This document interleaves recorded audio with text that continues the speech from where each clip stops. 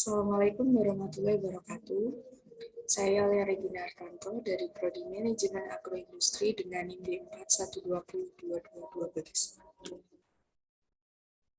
Di kesempatan kali ini, saya akan mempresentasikan tentang wirausahawan sukses. Di sini saya memilih wirausahawan sukses yaitu Khairul Tanjung. Yang pertama adalah biografi Khairul Tanjung. Khairul Tanjung adalah pengusaha yang berasal dari keluarga yang kurang berkecukupan. Lahir di Jakarta 16 Juni 1962, dan Khairul Tanjung merupakan anak dari pasangan Abdul Ghaffar Tanjung yang berasal dari Sibolga, Sumatera Utara, dan Halimah kelahiran Cibadak, Jawa Barat. Khairul mengenyam pendidikan SD dan SMP di Vanlit di wilayah Gunung Sahari. Setelah itu, pada tahun 1981, ia melanjutkan SMA-nya di SMA Negeri 1 Jakarta atau yang biasa dikenal dengan SMA Budi Utomo di Jakarta Pusat. Khairul melanjutkan pendidikan ke jenjang universitas di Universitas Indonesia dengan jurusan kedokteran gigi dan lulus pada tahun 1987. Khairul memenuhi kebutuhan hidup dan kuliah dengan cara berjualan buku di kampus, berjualan kaos, dan membuka jasa fotokopi. Walaupun berasal dari keluarga yang kurang berkecukupan, Khairul Tanjung tidak patah semangat.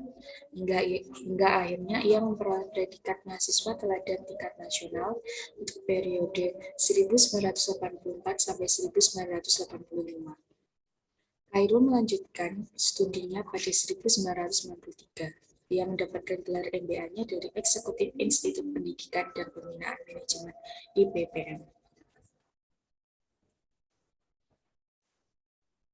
Awal memulai bisnis. Khairul Tanjung memulai bisnis untuk memenuhi kebutuhan kuliahnya dengan cara berjualan buku, berjualan kaos, dan membuka jasa fotokopian di kampus. Khairul Tanjung juga pernah mendirikan sebuah toko peralatan kedokteran dan laboratorium, namun bangkrut. Selepas kuliah, Khairul mendirikan PT Pariyarti Sindutama bersama 3 rekannya pada tahun 1987. Bermodal awal 150 juta dari Bank Eksim. Mereka memproduksi sepatu anak-anak untuk ekspor. Keberuntungan berpihak kepadanya karena perusahaan langsung mendapatkan orderan dengan total pesanan 160.000 pasang sepatu dari Italia.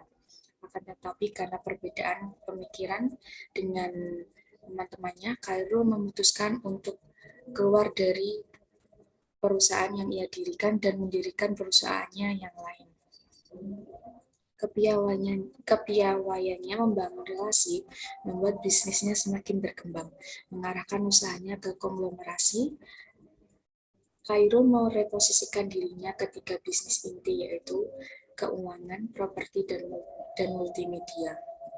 Di bidang keuangan, Khairul mengambil alih Bank Karman yang sekarang beralih nama menjadi Bank Mega, lalu mendirikan perusahaan dengan nama Para Group, di mana Para Group tersebut mempunyai Para Inti Holindo sebagai father holding company, di mana mempunyai subholding yang pertama yaitu Para Global Investindo untuk mengelola bisnis keuangan, yang kedua Para Inti Investindo untuk mengelola media dan investasi, dan yang ketiga adalah Para Propertindo untuk mengelola properti.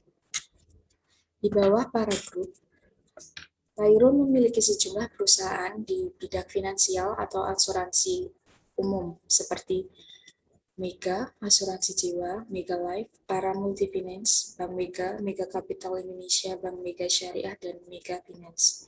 Untuk di properti dan investasi, Para Group membawahi Para Bandung Properti Indo, Para Bali Properti Indo, Batam Indah, Investindo, dan Mega Indah Properti Indo.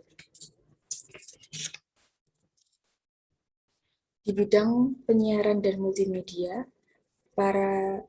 Di bidang penyiaran multimedia, Khairul Tanjung membawahi Trans TV, Trans 7, Mahagagaya Berdana, Trans Fashion, Trans Lifestyle, dan Trans Studio. Faktor penunjang kesuksesan Khairul Tanjung. Khairul menyatakan bahwa dalam membangun bisnis, relasi sangat penting. Selain itu, memiliki rekanan yang baik sangat diperlukan. Membangun relasi bukan hanya kepada perusahaan yang sudah maju atau sudah ternama, tetapi juga pada perusahaan yang kecil dan baru dibangun sekalipun. Bagi Khairul, pertemanan yang baik akan membantu proses berkembangnya bisnis yang dikerjakan. Ketika bisnis pada kondisi tidak bagus, maka jejaring bisa diandalkan. Dalam hal investasi, Khairul memiliki idealisme bahwa perusahaan lokal sekalipun bisa menjadi investor. Khairul memiliki idealisme bahwa perusahaan lokal pun bisa menjadi perusahaan yang bisa bersinergi dengan perusahaan-perusahaan multinasional. Ia tidak menutup diri untuk bekerja sama dengan perusahaan multinasional dari luar negeri. Menurutnya, modal memang sangat penting dalam membangun dan mengembangkan bisnisnya. Namun, kemauan dan kerja keras merupakan hal pokok yang paling penting yang harus dimiliki seseorang yang ingin sukses. Sekian presentasi dari saya. Apabila ada kekurangan dan kesalahan, mohon maaf dan terima kasih. Assalamualaikum warahmatullahi wabarakatuh.